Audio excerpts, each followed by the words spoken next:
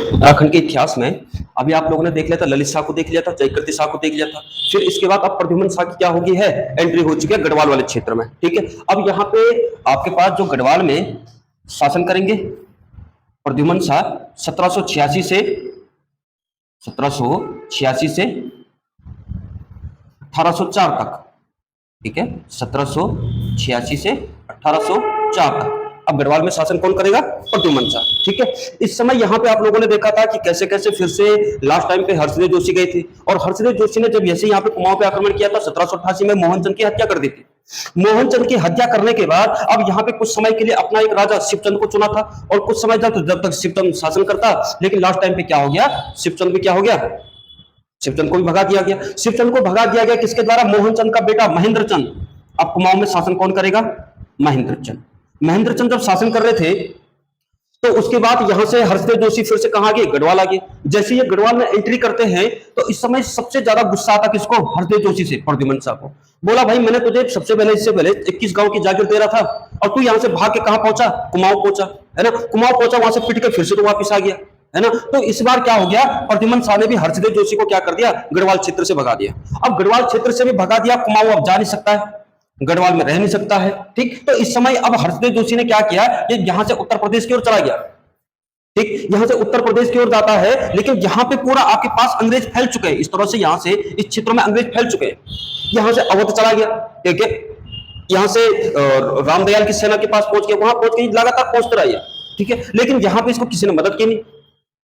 फिर यहां से जैसे ये यहां से पहुंचता है तो उसके बाद यहां पे अवध वाले क्षेत्र में पहुंचने के बाद फिर अवध के राजा ने एक बात बोल दी थी, भैया इस समय अंग्रेजों ने सहायक संधि के तहत क्या कर दिया, हमारी पूरी मतलब जो सिस्टम है पूरा बदल दिया गया।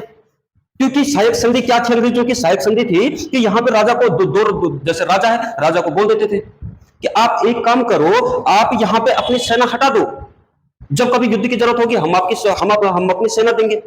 ठीक, तो जब ये सारी चीजें हुई तो लास्ट टाइम पे समझ गया था हरदेव जोशी ये भी मदद करने वाला नहीं है। अब हरदेव जोशी पहुंच गया कहां पर, अंग्रेज के पास। अंग्रेज अधिकारी इस समय था मिस्टर चेरी। ठीक है, मिस्टर चेरी के पास, और मिस्टर चेरी के पास पहुंचने के बाद उसने क्या की, यहां से मिस्टर चेरी से मदद मांग रहा था। मिस्टर चेरी से मदद मांगते ही मिस्टर चेरी ने बोला, भैया कि इस समय हरदेव जोशी मुझे तुम्हारी बातें तो समझ में आ नहीं रही, क्योंकि ये 18 अंग्रेज। ठीक है, और अपना हरदेव जोशी कैसा, संस्कृत वाला। तो इस समय इसकी ये बातें समझ में आई नहीं। जब ये बातें समझ में आई नहीं तो लास्ट टाइम पे क्या करते, मिस्टर चेरी ने भी इसको वापस भेज दिया। वापस भेजा, फिर से अवध के पास पहुंच गया। अवध के राजा ने इसको लास्ट टाइम पे बोला कि भैया इस समय कोई तेरी मदद कर सकता है, तो वो कर सकता है कौन, नेपाल। तेरी मदद इस समय नेपाल कर सकता है, एक काम कर, नेपाल में पत्र लिख। और इस समय नेपाल में राजा था रण बहादुर कुंवर। नेपाल में रण बहादुर कुंवर के पास चिट्ठी जाती है, और फिर से हरदेव जोशी की वही चिट्ठी कि कुमाऊं में और गढ़वाल में अराजकता का माहौल फैल चुका है। इस समय गढ़वाल को भी क्या कर दिया, निशाना बना दिया, और इस समय आप लोग आओ और यहां पे आक्रमण करके इस राज्य को विजित करो।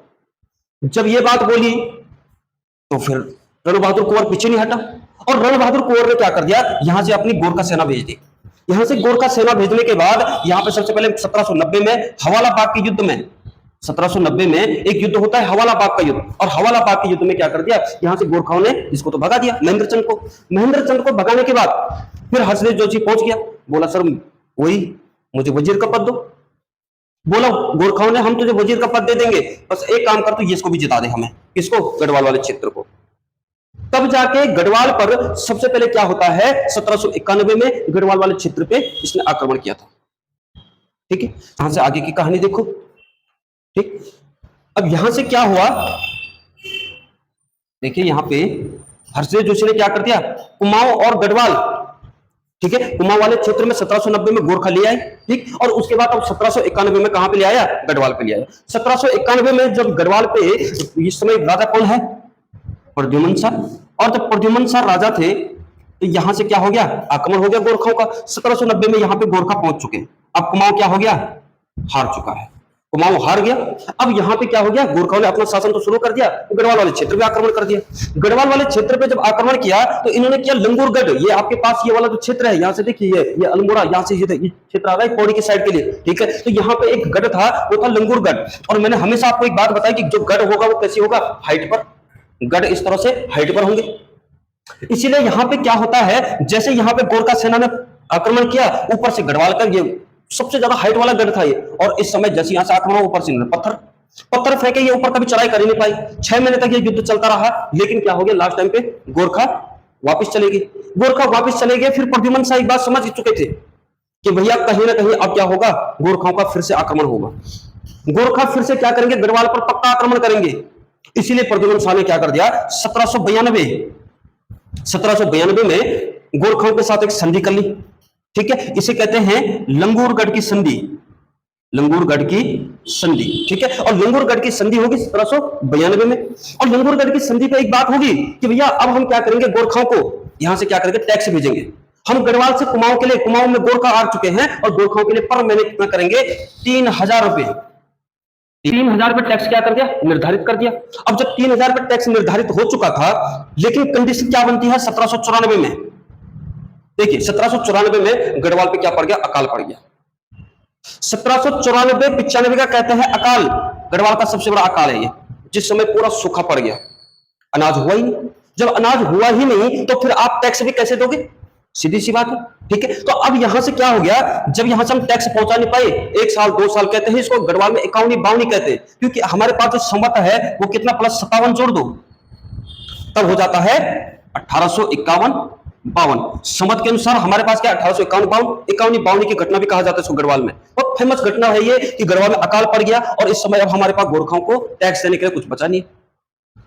गढ़वाल की जनता वैसे भूखे मर रही है, और इसी समय क्या हो जाता है, जब टैक्स पहुंचा नहीं तो इसके बाद गोरखाओं ने क्या कर दिया, गढ़वाल पे आक्रमण करना शुरू कर दिया। गढ़वाल पे आए, वो टैक्स लेने के लिए आए, टैक्स लेने आए, टैक्स तो था नहीं, टैक्स था नहीं, तो इसके बाद इन्होंने क्या कर दिया, गढ़वाल के सारे गढ़ों पे आक्रमण करने शुरू कर दिया। आक्रमण करके उसके बाद क्या किया, यहां से टैक्स लेने खुद ही चले गए। यहां से जो वहां से जो वापिस आ रखे हैं, नेपाल से जो, सॉरी कुमाऊं से जो गोरखा आ रखे हैं, ये गोरखा कौन कौन है, एक है आपके पास नैन सिंह थापा, ठीक है, दूसरा है अमर सिंह थापा, और तीसरा आपके पास है वो है बमसा थापा। ये एक्चुअली इस समय यहां पे क्या करेंगे, आगे ये सूबेदार का पद का काम भी करेंगे। ठीक है, तो ये लोग कहां आगे, गढ़वाल पे टैक्स लेने के लिए आगे। गढ़वाल में टैक्स लेने के लिए आए, तो इस समय टैक्स तो फिर होना कहां से था, लगातार सारे गढ़ों में जाकर रही।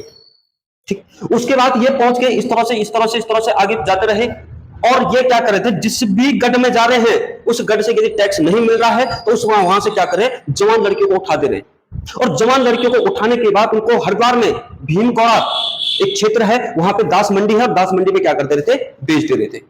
ऐसे चलते चलते ये पहुंच गए कहां पर, एक क्षेत्र आता है पिंडर घाटी का, नारायणबगड़। ठीक है, और नारायणबगड़ में इस समय एक गांव है, इसका नाम है कोब गांव। ठीक है, नारायणबगड़ के कहां पे पहुंच गए, कोब गांव में पहुंच गए। कोब गांव में जब पहुंचे ये, तो इस समय जब ये टैक्स लेने पहुंचे ना, तो यहां पे इस समय गढ़वाल के राजा अपने अपने फौजदार नियुक्त कर रखे, और इस समय जो फौजदार थे उनका नाम था मेड़ू, मतलब एक जाति थी, और जाति मेड़ू जाति थी, इनको क्या बना दिया था, फौजदार बना दिया था। नैन सिंह गोरखा ये सारे लोग ये पहुंच गए कहां पर, कोब गांव में। कोब गांव में पहुंचा, बोला भैया टैक्स लाओ, टैक्स तो है नहीं क्योंकि सूखा पड़ा हुआ है। ठीक है, जब टैक्स था नहीं तो इन्होंने बोला कि भैया अब हम तुम्हारी जवान लड़कियां ले जाएंगे। ठीक, लेकिन इस समय कोब गांव में इस समय अल्मोड़ा से जो टमटा होते, टमटा मतलब जो तांबे का व्यापार करते, तांबे के बर्तनों का व्यापार करते थे, उन लोगों ने भी अपना क्या लगा रखा था, यहाँ पे टेंट शिविर लगा रखा था, क्योंकि वहीं से वो व्यापार का केंद्र बना रखा था, और व्यापार का केंद्र बना के यहीं से वो क्या कर रहे थे, शासन कर रहे थे, पूरा इधर उधर व्यापार करते थे। इनमें एक का नाम है उदोतू टमटा, दूसरे का नाम है शक्ति टमटा। ठीक है, दूसरे का नाम है शक्ति टमटा। उदोतू टमटा और शक्ति टमटा ये दो भाई क्या कर रहे हैं, यहां पे व्यापार कर रहे हैं। तो ये 4 भाई थे। अब ये गए थे व्यापार के लिए, गोरखा पहुंचे कहां पर, कोब गांव में। और जब कोब गांव में गोरखाओं ने बोला कि भैया आप तुम्हारी लड़कियां ले जाना है, तो मेरू ने क्या कर दिया, इनकी लड़कियां बेच दी। इनकी 2 लड़कियां हैं, इनका नाम है रमेती और जमेती। ठीक है, रमेती और जमेती, इन 2 लड़कियों को क्या कर दिया, बेच दिया। इन 2 लड़कियों को बेचने के बाद फिर उसके बाद जैसे ये वापस आते हैं, ये वापस आए, उसके बाद पता चला कि भैया पूरा हल्ला किया, हमारी लड़कियां गई कहां, पता किया, कुछ पता चला ही नहीं। बाद में एक आदमी था कोब गांव से, हिमालयन गजेटियर में एटकिंसन बताते हैं कि कोब गांव का एक आदमी था जिसने क्या कर दिया, गोरखाओं को, इन दो भाइयों को, कोब गांव से एक आदमी ने इन दो भाइयों को क्या कर दी, मुखबरी कर दी कि भैया तुम्हारी लड़कियों को किसने बेच दिया, मेरू ने बेच दिया। वो आदमी था लालमणि उनियाल। कौन था? लालमणि उनियाल। और लालमणि उनियाल ने क्या कर दिया, मुखबरी की। मुखबरी करने के बाद ये कहां पहुंच गए? अब यहां मेरू से तो लड़ नहीं सकते, ठीक है, मेरू से ये दो भाई लड़ सकते नहीं थे, तो इसीलिए क्या करते, इस समय देखो संविधान आपके पास है नहीं, ठीक है, कि जो आप पुलिस के पास चले जाओ। जब संविधान तो है नहीं तो अब ये जाए तो जाए कहां? तो अब ये क्या करेंगे, भगवान का सहारा लेंगे। ये यहां से चले गए नरसिंह मंदिर, जोशीमठ, जो कत्यूरी राजा बसंत देव ने जिसकी स्थापना की थी।